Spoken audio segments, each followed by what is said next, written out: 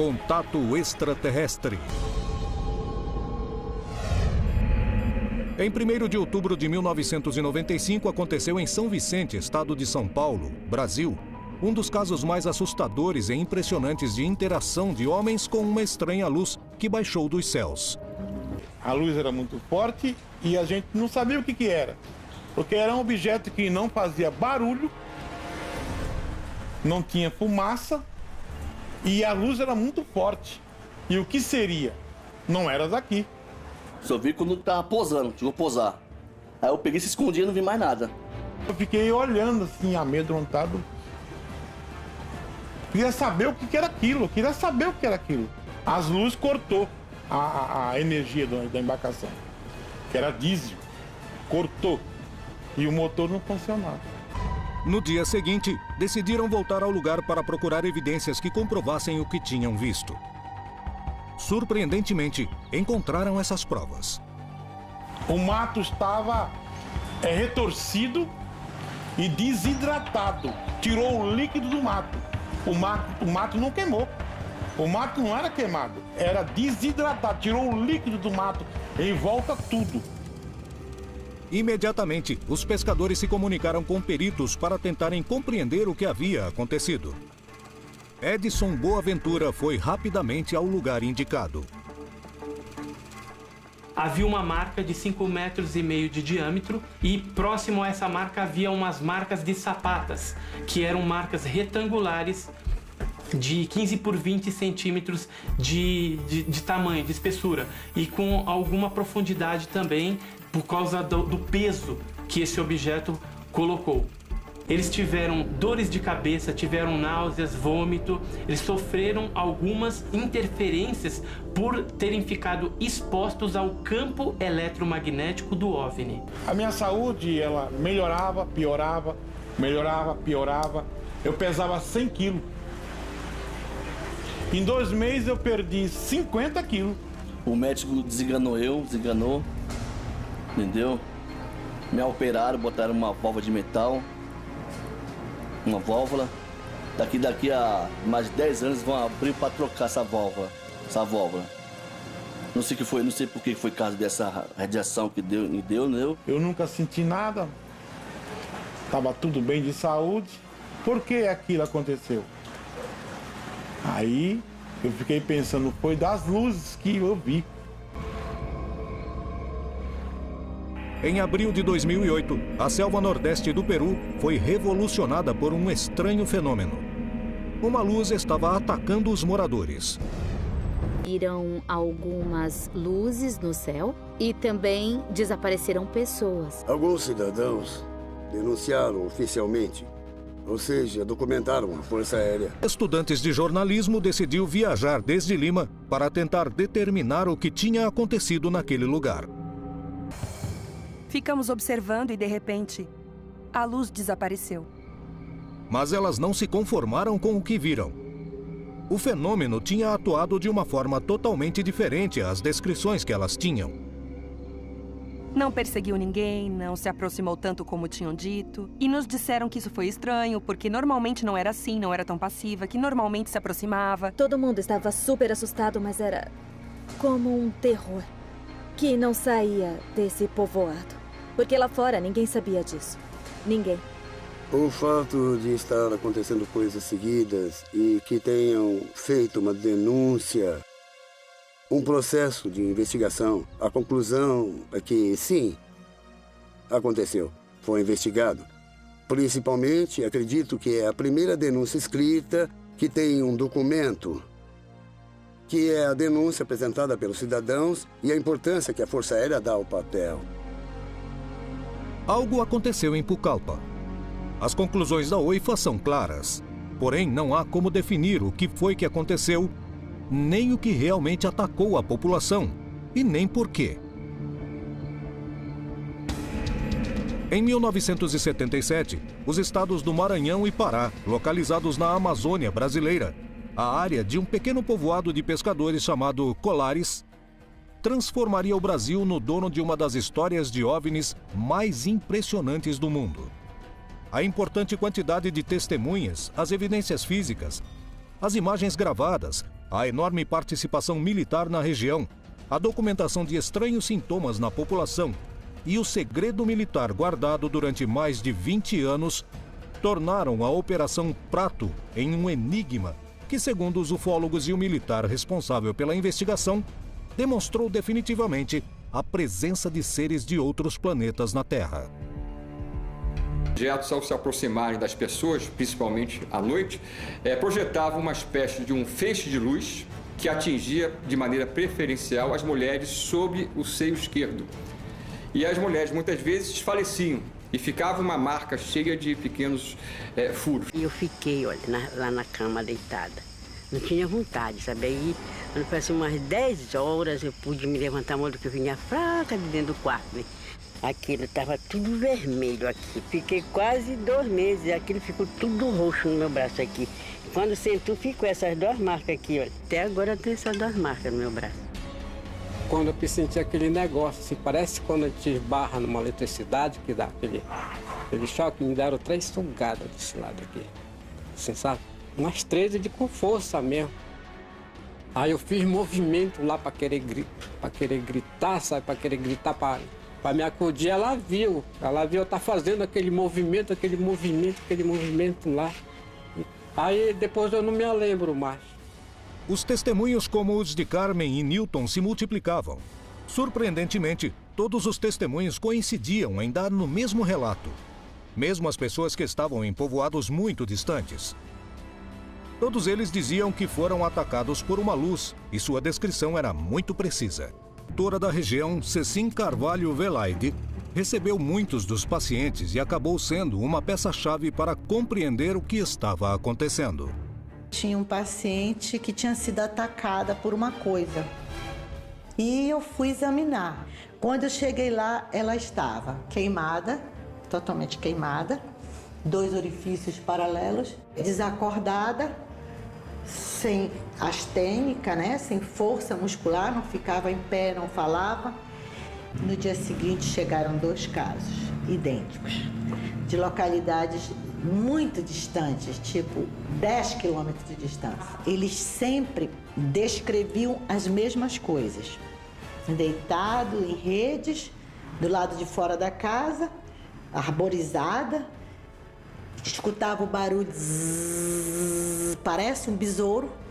Olhavam, viam objetos bem baixos, luminosos, que soltavam feixes em linha reta. Não eram feixes que se dobravam, era em linha reta, paralisante, que queimava, sufocava, não deixava falar, não podia pedir socorro porque estava paralisado, queimando, doendo.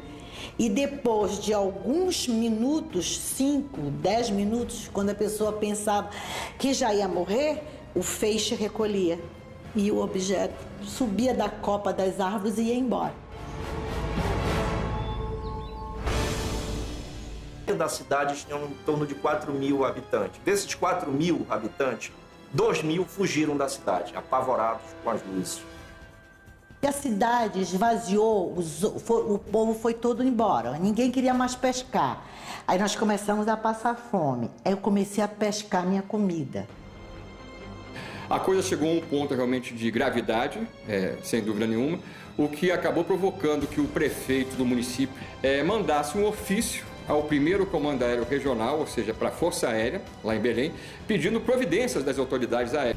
E as providências foram transformadas justamente a partir da vontade do brigadeiro Protásio Lopes Oliveira, que acabou criando a chamada Operação Prato. E ele teve a ideia de se estabelecer a pesquisa deste fenômeno.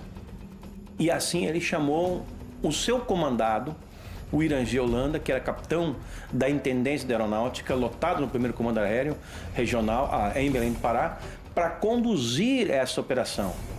Os soldados, sob o comando do capitão Holanda, chegaram à ilha para tentar determinar o que estava acontecendo.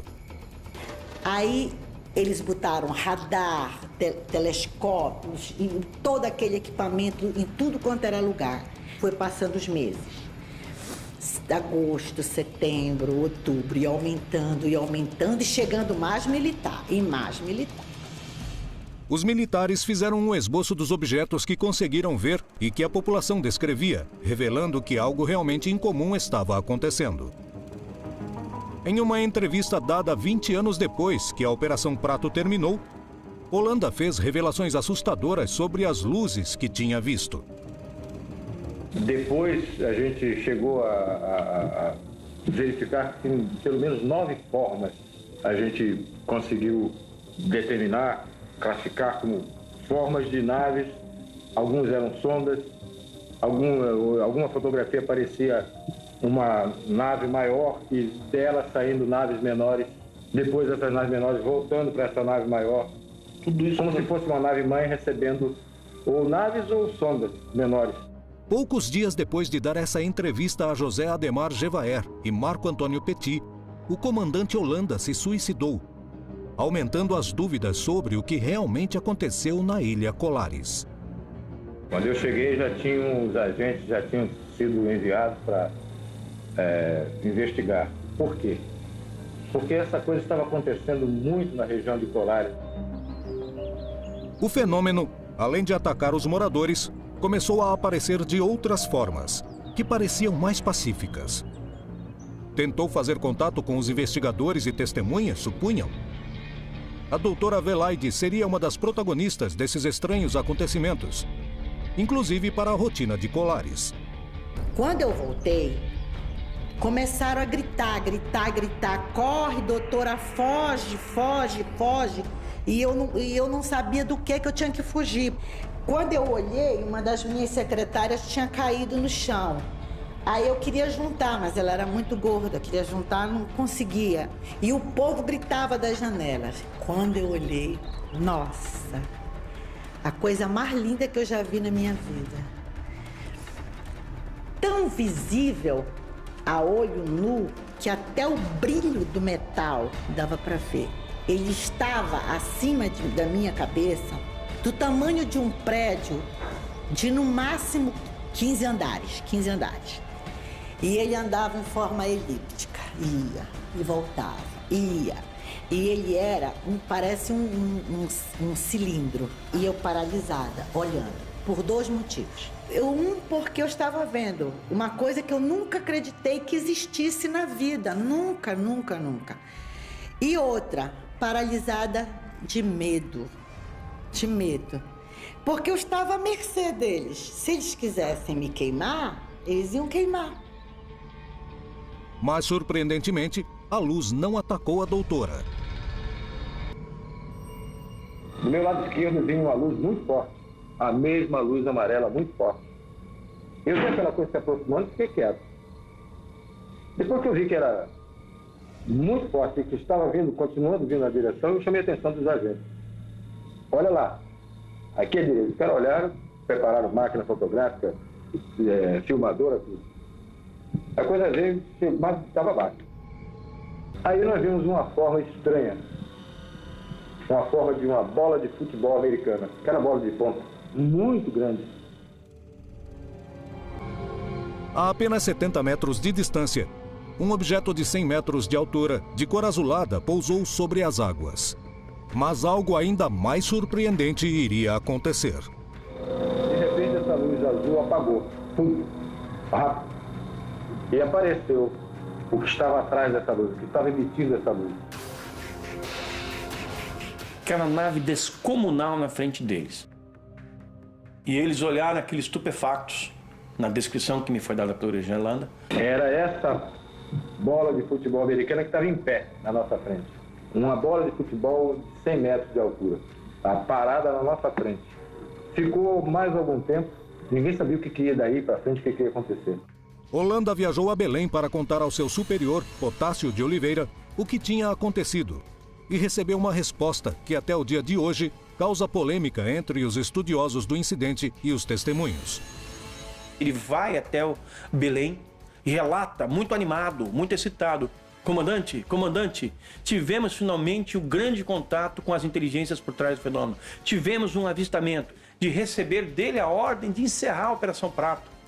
Eles foram retirados por uma ordem que eles receberam súbita, porque eles estavam todos acampados na praia e no campo de futebol. dormiram. E de manhã, 5 horas da manhã, acordei e estavam indo todos embora. No momento de maior avanço, terminava a operação militar. O que realmente aconteceu com a Operação Prato? Estaria encerrada a Operação Prato com essa decisão? Isso nunca me pareceu ter lógica. Desde a época em que eu comecei a pesquisar esse fenômeno, como é possível? O próprio Irangel Holanda também não entendia. Se um dos objetivos da Operação Prato era travar contato com as inteligências por trás do fenômeno, como é possível que quando isso tenha ocorrido, a Operação Prato seja desativada? Os ufólogos conseguiram que uma parte da investigação fosse revelada pelo governo do Brasil. Dessa maneira, pelo menos uma parte do relato de Holanda seria comprovado por documentos oficiais, mas as filmagens jamais vieram à tona. A Operação Prato é a prova mais contundente da interação com seres de outros planetas ou foi um cenário para esconder provas de armas militares? A hipótese de que todos esses eventos ocorreram na região seja consequência de uma experiência militar, eu acho pouco provável, porque os próprios militares foram convocados para investigar o fenômeno. E não só a aeronáutica foi chamada, como agentes do serviço de inteligência da época, que, assim como os militares, o SNI, o Serviço Nacional de Informações, produziu documentos relatando o que ocorria na região. Na interpretação de Holanda, que o que aconteceu foi um temor por parte das nossas Forças Armadas de que isso fugisse ao controle. Esse é um ponto. O segundo ponto é, a Operação Prato estava sendo monitorada pelos serviços de inteligência e pela Força Americana durante todo o tempo, que sabiam e recebiam os relatos das autoridades brasileiras a respeito desse assunto. Não nos esqueçamos que estávamos na época da ditadura e os americanos entravam e saíam daqui a hora que eles queriam. Então eles também, confirmada por algumas fontes militares, fizeram pressão para que a Operação Prato fosse encerrada. Para quê? Para que um novo grupo de pessoas assumisse essa operação num outro nível, bem mais secreta, bem mais metódica, com menor número de homens e reportando ao Serviço de Inteligência dos Estados Unidos. Ademar Gevaer, editor da reconhecida revista UFO, decidiu voltar à ilha de Colares mais de 30 anos depois para tentar determinar se ainda existem avistamentos e ataques à população. Na região da ilha de Colares, onde o capitão Holanda Lima teve seus maiores avistamentos, Gevaer se reúne com Hilberto Freitas, um jornalista e investigador que desde a década de 70 reúne as histórias de luzes estranhas que são vistas na ilha. Beto, você já teve algum avistamento aqui, na Praia do Humaitá? Eu verdadeiramente não tive um avistamento, mas outras pessoas tiveram. Inclusive com nave-mãe e outras naves entrando e saindo da nave-mãe. Negócio espetacular. Estão cansados de ver, sair de dentro d'água. E lá os pescadores, muitos pescadores já me falaram a mesma coisa. Eu acho que Colares é um dos maiores laboratórios do mundo, laboratório natural, para esse tipo de estudo e de outros tipos também. De outras coisas que continuam ainda na lista dos mistérios, né? Em Colares, não aconteceram novos ataques a seres humanos. Porém, os avistamentos continuam acontecendo até o dia de hoje. A população ainda convive com o estigma desse fenômeno ocorrido há mais de 30 anos. Ainda guardam centenas de perguntas que ninguém soube responder. Ao longo do continente, as histórias de avistamentos de OVNI se repetem e muitas vezes denunciaram que as luzes causaram danos às testemunhas. Estamos diante da presença de provas de armas desenvolvidas pelo homem no mais absoluto dos segredos? Estamos sendo visitados por seres de outros planetas que são agressivos? Se trata de danos colaterais? Não acho que sejam hostis, provavelmente porque, se fossem, já teríamos presenciado e descoberto alguma coisa. Não acho que o fenômeno OVNI seja uma ameaça, porque eu acho que uma espécie que controla a viagem interestelar, pelo menos para mim, desenvolveu o padrão filosófico e moral que diz a eles que se eles encontrarem uma sociedade que está abaixo deles significativamente, deixarão em paz até terem a chance de chegar a um nível semelhante de tecnologia como o deles. A história tem mostrado, e sabemos que tem mostrado, alguns contatos com alienígenas no passado, com as histórias da América Central, México e outras, até aparecendo para os nativos americanos. Nós estamos em perigo. E sempre me surpreendo quando as pessoas me perguntam: você não tem medo deles virem à noite nos comer como sobremesa? Claro que não tenho medo, porque se fosse esse o caso, primeiro, já teria acontecido há muito tempo. Então, tenho certeza absoluta que tem alguém lá fora. Mas eu, pessoalmente, não acho que sejam hostis. Acho que são curiosos. E o que tem de errado com eles? Muitos investigadores acreditam que a resposta para a pergunta "poderíamos ser ou não atacados por seres de outros planetas" está no passado. Por que alguém esperaria pela nossa civilização para nos visitar com a tecnologia atualmente avançada quando temos armas nucleares, por exemplo? Porque você pode apostar seu dinheiro que, se aparecer um ET, vamos disparar todas as armas nucleares que tivermos nesse ET. E no processo destruiremos a Terra, e isso vai ser como, sabe, jogar uma bola de neve num tanque. É isso. A agressividade ou a passividade de um ser inteligente não depende do grau de inteligência, e sim do grau de necessidade de sobrevivência. Quando um ser inteligente não pode, através da sua inteligência, resolver o problema de sobrevivência, então apela para a violência. O cientista talvez não possa explicar tudo, mas sempre tem a obrigação de ir atrás da verdade. E talvez possamos resolver todos os enigmas do universo, inclusive o grande enigma da própria origem do universo. Levará muito tempo, mas o resolveremos.